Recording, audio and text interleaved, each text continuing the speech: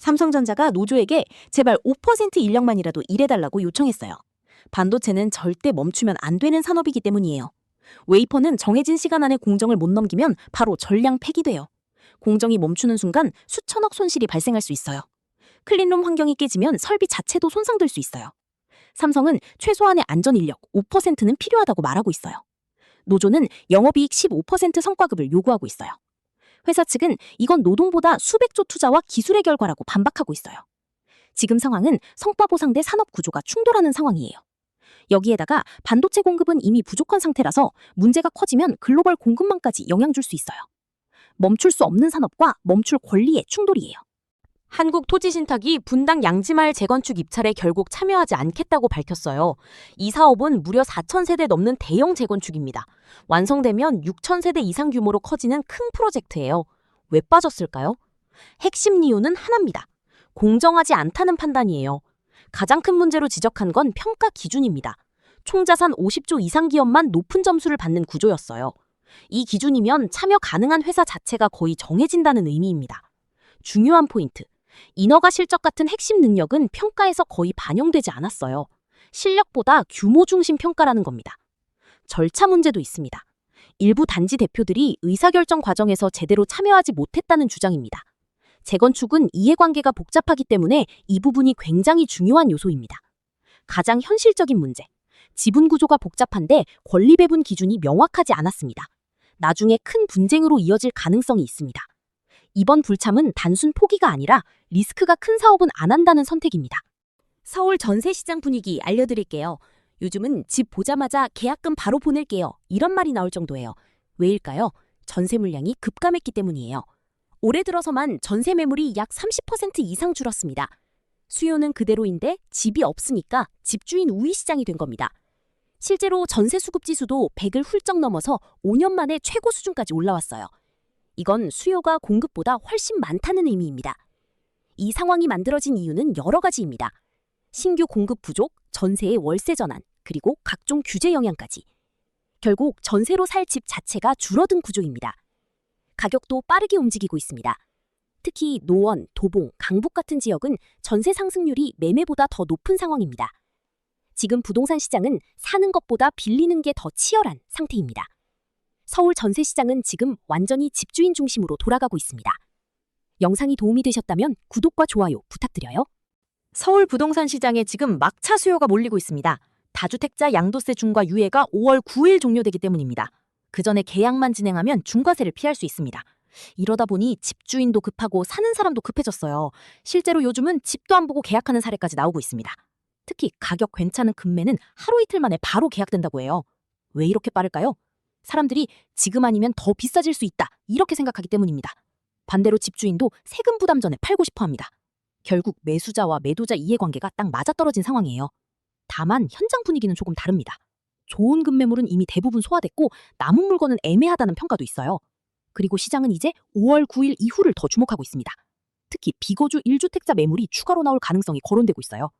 정리하면 지금 서울 부동산은 세금 바뀌기 전 마지막 거래 타이밍 분위기가 강합니다. 요즘 해외여행 준비하는 사람들 사이에서 진짜 눈치 싸움 시작됐습니다. 이유는 유류 할증료가 내려갈 수도 있다는 전망 때문입니다. 최근 항공료 가격이 떨어지면서 다음 달에 예매하면 더 싸지는 거 아니야? 기대감이 커지고 있어요. 실제로 여행 커뮤니티에서는 예매를 미루는 사람들도 늘고 있습니다. 근데 여기서 중요한 포인트. 유가가 떨어졌다고 항공권 가격이 바로 내려가는 건 아닙니다. 유류 할증료는 한 달 이상 시차를 두고 반영돼요. 지금 유가가 내려가도 실제 할인 체감은 다음 달 이후일 가능성이 큽니다. 문제는 또 있습니다. 휴가철입니다. 유류 할증료가 조금 내려가도 사람 몰리면 기본 항공권 가격 자체가 올라갑니다. 특히 인기 노선은 특가 좌석이 먼저 사라질 수도 있어요. 그래서 지금 분위기는 딱 이겁니다. 조금 더 기다릴까? vs 지금 특가 잡을까? 전문가들은 유류 할증료만 보지 말고 환율, 프로모션, 성수기 일정까지 같이 보라고 말하고 있습니다. 도움이 되셨다면 구독과 좋아요 부탁드려요. 요즘 서울 부동산에서 가장 크게 달라진 변화, 바로 공시가격입니다. 올해 서울 공시가격이 무려 18.6% 상승했습니다. 특히 강남 3구는 25% 가까이 오르면서 세금 부담이 크게 늘어난 상황입니다. 실제로 보유세도 급등했습니다. 반포 아파트는 1년 만에 1,000만 원 넘게 증가했고 잠실 역시 수백만 원 단위로 세금이 뛰었습니다. 이 영향으로 공시가격 이의 신청도 폭증했습니다. 5년 만에 최대 수준을 기록했고 서울 전체의 64%가 강남 마용성에 집중됐습니다. 하지만 실제로 공시가격이 조정된 비율은 10% 이하 수준에 그쳤습니다. 문제는 여기서 끝이 아닙니다. 정부가 7월 세제 개편을 예고하면서 보유세 추가 인상 가능성이 나오고 있습니다. 공정시장가액 비율 인상이나 종부세 구간 세분화, 세율 인상까지 여러 카드가 동시에 검토되고 있습니다. 게다가 서울 집값이 다시 상승 흐름을 보이면서 내년 공시가격은 올해보다 더 오를 가능성이 큽니다. 결국 지금 상황은 집값 상승 플러스 공시가격 상승 플러스 세금 증가까지 세 가지가 동시에 움직이는 구조입니다. 앞으로 부동산 시장에서 세금 변수의 영향력이 더 커질 가능성이 높습니다. 요즘 청약 준비하시는 분들이라면 꼭 알아야 할 변화가 나왔습니다. 이제 만 30세 이상 자녀를 청약 부양가족으로 인정받으려면 조건이 훨씬 까다로워집니다. 기존에는 부모와 1년만 같이 살면 됐지만 앞으로는 최소 3년 이상 같은 주민등록등본에 올라 있어야 합니다. 핵심은 딱 하나입니다. 형식적인 합가는 이제 안 통한다는 겁니다. 정부가 이렇게 기준을 강화한 이유는 부정청약 때문입니다. 청약 가점에서 부양가족 점수는 최대 35점으로 영향이 가장 큽니다. 실제로는 따로 살면서 주소지만 옮겨 점수를 올리는 사례가 계속 문제로 지적돼 왔습니다. 최근에도 이런 사례가 논란이 되면서 제도 자체를 손보게 된 겁니다. 앞으로는 단순히 주소만 옮기는 방식으로는 청약 가점을 높이기 어려워집니다. 결국 청약 전략 자체가 바뀌는 겁니다. 부양가족 점수를 노리던 분들은 미리 3년 기준을 맞춰야 하고 단기 전략은 사실상 막히게 됐습니다. 청약 시장도 점점 실거주 중심으로 바뀌는 흐름입니다. 앞으로는 꼼수보다 실제 거주 이력이 더 중요해질 가능성이 큽니다. 요즘 강남 아파트 분위기가 다시 심상치 않습니다. 한동안 급매가 쏟아지면서 가격이 눌리는 분위기였는데 이제는 박앤세일 끝난 거 아니냐는 말까지 나오고 있습니다. 실제로 서초구 아파트 가격이 10주 만에 다시 상승 전환했습니다. 송파구도 상승폭이 더 커졌고 강남구 역시 하락폭이 줄어드는 분위기입니다. 이유는 명확합니다. 다주택자 양도세 중과 유예 종료가 다가오면서 나올 급매는 대부분 이미 시장에서 소화됐다는 겁니다. 특히 강남은 학군, 입지, 재건축 기대감 때문에 대출 규제가 있어도 수요가 쉽게 꺾이지 않는 지역입니다. 게다가 전세 가격까지 오르면서 차라리 매매로 돌아서는 수요도 생기고 있습니다. 실제로 송파 전세값은 전국 최고 상승률을 기록했습니다. 외곽 지역도 분위기가 뜨겁습니다. 노원, 도봉, 강북에서는 생애 최초 매수자가 강남 상고보다 더 많았습니다. 지금 서울 부동산 시장은 강남은 급매 종료 후 반등 분위기, 외곽은 실수요 유입으로 상승세가 이어지는 모습입니다. 4월 부동산 시장 분위기, 지금 다시 심상치 않습니다. 최근 서울에서 토지거래 허가 신청 건수가 무려 1만 건을 넘겼다고 하는데요. 이 정도 거래량은 과거 집값 급등기 수준이라고 합니다. 특히 강남, 서초, 용산 같은 인기 지역에서는 다주택자 급매물이 빠르게 사라지고 있다고 해요. 지금 시장에서는 지금 아니면 더 비싸진다, 이런 불안감 때문에 매수세가 몰리고 있다는 분석이 나옵니다. 실제로 서울 아파트 매물도 계속 감소 중입니다. 몇 달 전보다 수천 건 넘게 줄어든 상황. 특히 강남권은 현금 있는 매수자들이 빠르게 움직이면서 가격도 다시 반등하는 분위기라고 합니다. 전문가들은 다주택자 양도세 중과가 다시 시작되면 집주인들이 매물을 더 걷어들일 가능성이 크다고 보고 있습니다.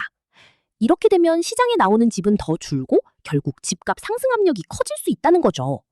최근에는 전세 구하기도 어려워지면서 아예 매매로 방향 돌리는 사람들도 늘고 있다고 합니다. 여러분은 지금 서울 부동산 시장 분위기 어떻게 생각하시나요? 구독과 좋아요는 영상 제작에 큰 힘이 됩니다. 최근 지방은행 연체율이 1%를 넘어섰다고 하는데요. 시중은행보다 최대 3배 이상 높은 수준이라고 합니다. 특히 중저신용자 대출 부실이 빠르게 늘고 있는데요. 연체율 차이는 무려 5배 가까이 난다고 해요. 부산, 경남, 광주, 전북은행 같은 지방은행들은 지역 중소기업과 자영업자 대출 비중이 높다 보니 경기 침체 영향을 더 크게 받고 있다는 분석입니다. 지금 문제는 이른바 깡통 대출까지 늘고 있다는 점입니다. 담보 가치가 떨어지거나 돈을 갚기 어려운 대출이 많아지면서 은행들의 부담도 커지고 있다고 해요. 결국 지방은행들은 기존 대출 장사만으로는 한계가 있다고 판단하고 있습니다. 새로운 탈출구로 캐피탈, 카드, 디지털 금융 같은 비은행 사업에 힘을 주는 분위기입니다. 실제로 일부 지방금융지주는 캐피탈 사업 수익이 크게 늘었고 모바일 플랫폼 강화에도 집중하고 있다고 합니다. 전문가들은 앞으로 지방은행 생존 전략의 핵심은 디지털 전환과 사업 다각화가 될 가능성이 크다고 보고 있습니다. 여러분은 지방은행 위기 상황 어떻게 생각하시나요?